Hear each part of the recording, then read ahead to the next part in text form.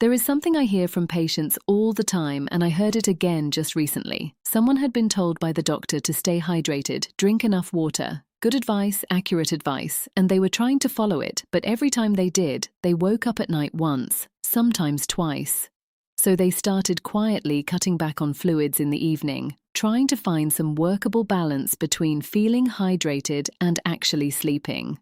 They had been doing this for months, just managing it, assuming this was the cost of staying healthy. I want to address that assumption directly because it is one of the most common and most correctable misunderstandings I encounter in patients over 60. Before we go further, if you take a water pill for blood pressure, furosemide, hydrochloroid, or similar, take it at least 6 hours before bedtime. For most people, that means mid-afternoon. Ask your clinician, would moving my diuretic to early afternoon help my nighttime trips? Do not change it on your own. If you do not take a diuretic, skip this and keep watching. The reason you wake up at night is not how much water you drink. It is 3 specific things your body does with water when it enters, how much your body holds onto during the day, and where that held fluid goes when you lie down at night. For most people, the first one moves the needle most. The second is next. The third cleans up what remains. Fix those 3 in that order, and the problem changes significantly. By the end, you will have a specific daily protocol, not a vague suggestion to drink less before bed. A precise research-supported schedule that addresses each variable individually with the reasoning behind each piece. Let's start with why water timing matters more than evening restriction. A research team at Nara Medical University studied patients who were waking repeatedly at night to urinate. They gave specific guidance on total daily fluid intake, not just stop drinking at 8 p.m., but structured guidance on how much they consumed across the whole day. 67% improved, at least 1 fewer trip per night from a lifestyle intervention alone, no medication. Here is the finding that changes the picture. The improvement correlated directly with the change in daytime drinking volume, not just evening volume, daytime. What that means practically, the water you drink at 10 o'clock in the morning is contributing to what your kidneys produce at 2 in the morning. Not because water moves that slowly, but because the body does not simply absorb and discard in one cycle. It moves water into tissues, holds it there, releases it back into circulation, and processes it on a timeline that has very little to do with when you technically stopped drinking. Most people have been managing only the evening window that matters, but it is only one part. The full picture includes when fluid enters across the entire day, what in the diet causes the body to retain more fluid than needed, and a physical mechanism involving the legs that most patients find genuinely surprising. Water is not the problem. An incomplete picture of what the body does with water is the problem. That brings us to the first fix. The first fix is front-loading. Get the majority of your daily fluid completed by early afternoon. So by the time you lie down, most of the day's volume has already been processed. This does not mean drinking less, it means drinking earlier. Total hydration stays the same. The schedule shifts. Practically drink well in the morning. A full glass when you wake. Continue through mid-morning.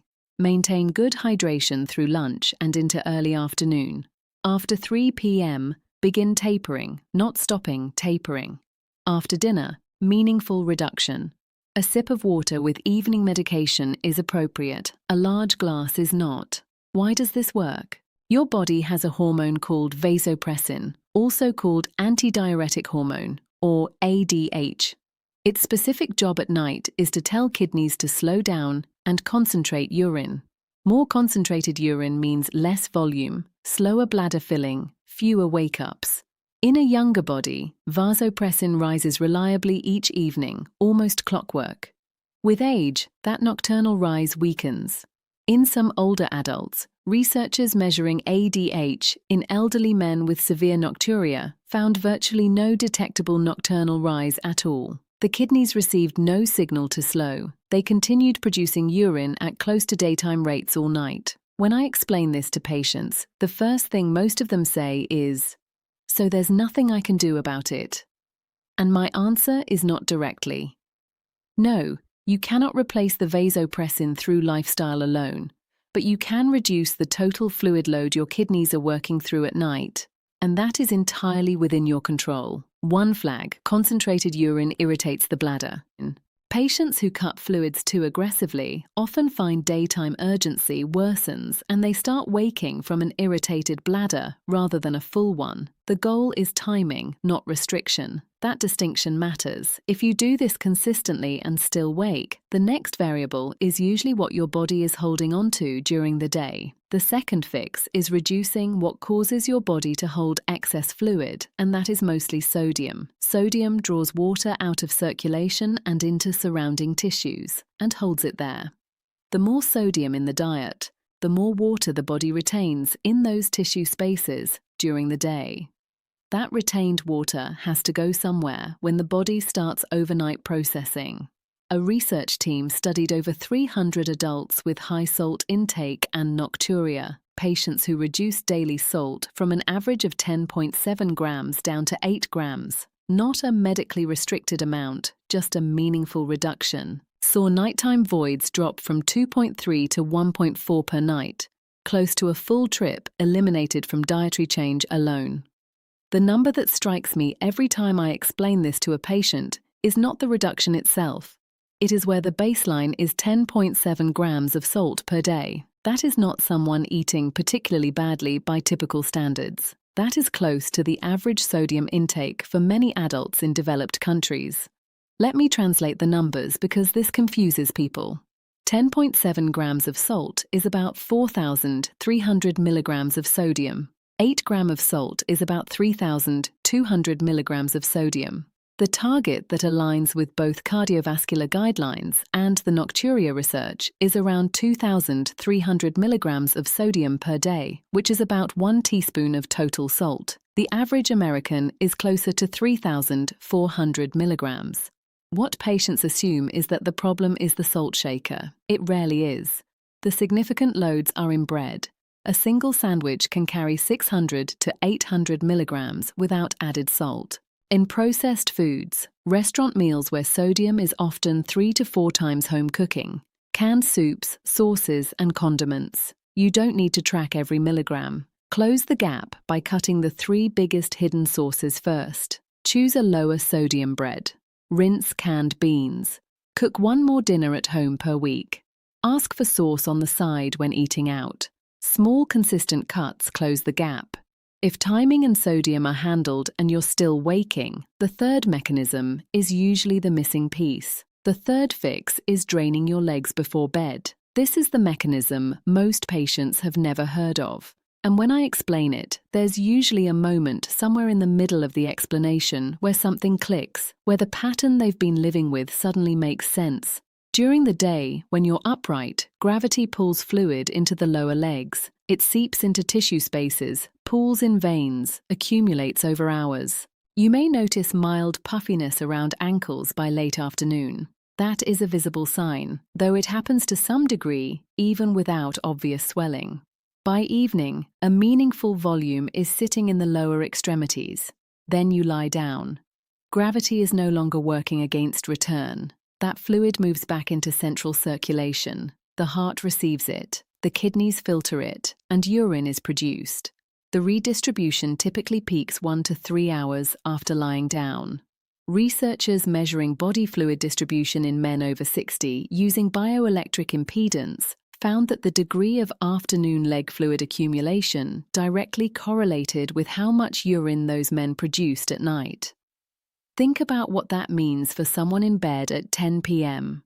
The fluid that was in their legs at 9 p.m. is in their kidneys by midnight. That first trip at 12:30 a.m. is not from dinner. It is the afternoon's fluid catching up. There are 2 interventions that address this directly. First, leg elevation in early evening, 30 to 45 minutes, with legs raised above heart level, reclining with feet up, lying on a couch with a pillow under calves 2 to 3 hours before bed. The goal is to initiate redistribution while you are awake, so kidneys process the returning fluid during waking hours.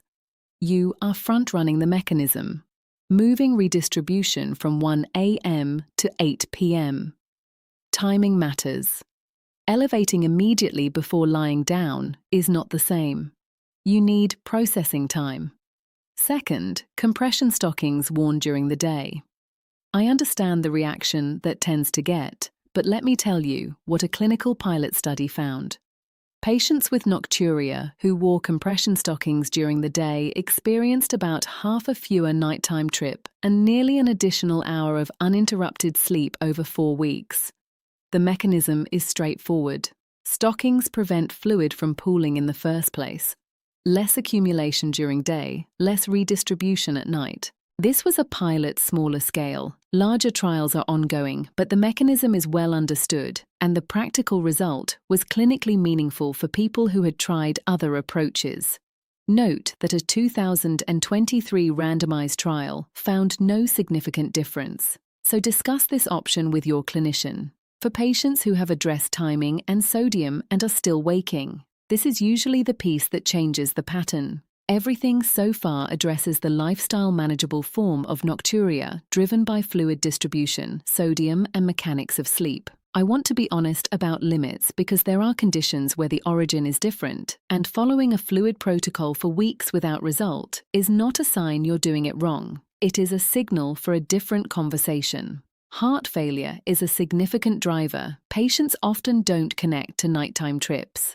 In heart failure, reduced cardiac efficiency during the day causes fluid to accumulate, particularly in legs and abdomen. At night, when cardiac workload reduces slightly and you are horizontal, that fluid redistributes and kidneys produce elevated volumes. The mechanism looks similar to leg redistribution, but the driver is cardiac, not positional. If you have known heart disease, unexplained swelling, or shortness of breath worsening when lying down, this is a cardiology conversation. Uncontrolled diabetes produces elevated blood glucose that pulls water into urine through osmotic diuresis. Kidneys are trying to excrete excess glucose. Water follows. Address blood sugar. Nocturia typically improves with it. Sleep apnea is underdiagnosed and underconnected to nocturia. When the airway collapses repeatedly, the body releases atrial natriuretic peptide, a hormone that increases urine production. Patients with untreated apnea can have significant nocturia independent of fluid intake. Many C trips reduce substantially once apnea is treated with CPAP without any fluid change. If you snore significantly, wake unrefreshed, or your partner observes breathing pauses, a sleep evaluation is worth pursuing. Prostate enlargement in men reduces effective bladder capacity by causing incomplete emptying. Even if total overnight urine is not excessive, a bladder that never fully empties signals more frequently. This is structural, not volume, and needs urology input. Overactive bladder produces urgency and frequency that can manifest as nocturia independent of urine production. This responds to bladder training, medication, pelvic floor work, not fluid timing alone. Practical threshold. Follow the 3-part protocol honestly and consistently for 2 to 3 weeks. If there is no meaningful improvement at all, not perfect resolution, but no movement, something else is likely contributing. That is when clinical evaluation becomes the priority. Let me put everything together as an actual day with reasoning for each piece. When you wake up, drink. This surprises people who have been avoiding morning hydration. Morning is your freest window. Fluid consumed in the first half of the day gets processed during the day. Start with a full glass on waking. Have another with breakfast. Build your hydration foundation here. Morning through midday. Active hydration. 6 to 8 glasses across the day is standard guidance for most adults, adjusted for size and activity. Get the majority, probably 5 of those glasses completed by noon or early afternoon. You are not rushing. You are building the habit of front-loading rather than back-loading. Mid-afternoon, begin the taper. This is not a cut-off. You are still drinking smaller amounts, less frequently. If thirsty, drink. The direction has changed from active hydration to maintenance. By this point, most of your daily targets should be behind you.